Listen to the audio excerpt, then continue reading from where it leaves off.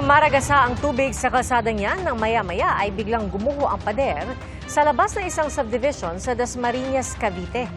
Ang dalawang nakasilong sa waiting shed mabilis na napatakbo at pati ang grupo ng malalaking napadaan habang naliligo sa ulan, nagulat sa pagbagsak ng pader. Walang naiulat na nasaktan sa insidente. Itinalaga ni Pope Leo XIV bilang miyembro ng dicastery sa Vatican si dating Education Secretary Armin Luistro. Ayon sa Vatican, si Luistro ay magiging bahagi ng dicastery for the Institutes of Consecrated Life and the Societies of Apostolic Life. Ito ang namamahala sa religious orders, congregations at secular institutes.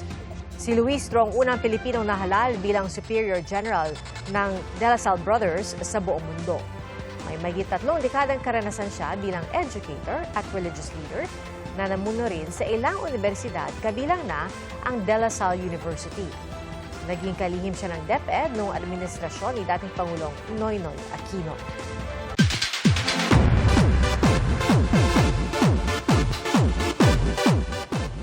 Literal na laro ang tapatan ni Mitena at Hara Cassandra.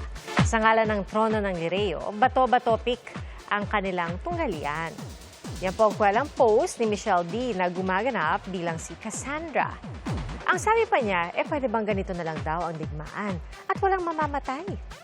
Mula sa Lireo hanggang sa mundo ng mga tao, ramdam ang pagiging reyna ni Michelle.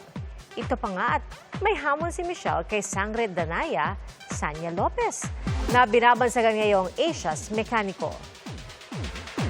Actually, Sanya, I'm waiting for that. Hot Maria Clara mo and Reyna, magkikita soon. Salamat po sa inyong pagsaksi.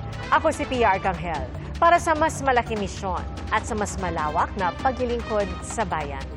Mula sa GMA Integrated News, ang News Authority ng Filipino. Hanggang bukas, sama-sama po tayong magiging saksi!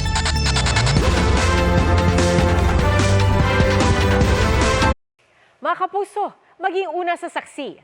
Mag-subscribe sa GMA Integrated News sa YouTube para sa iba't ibang balita.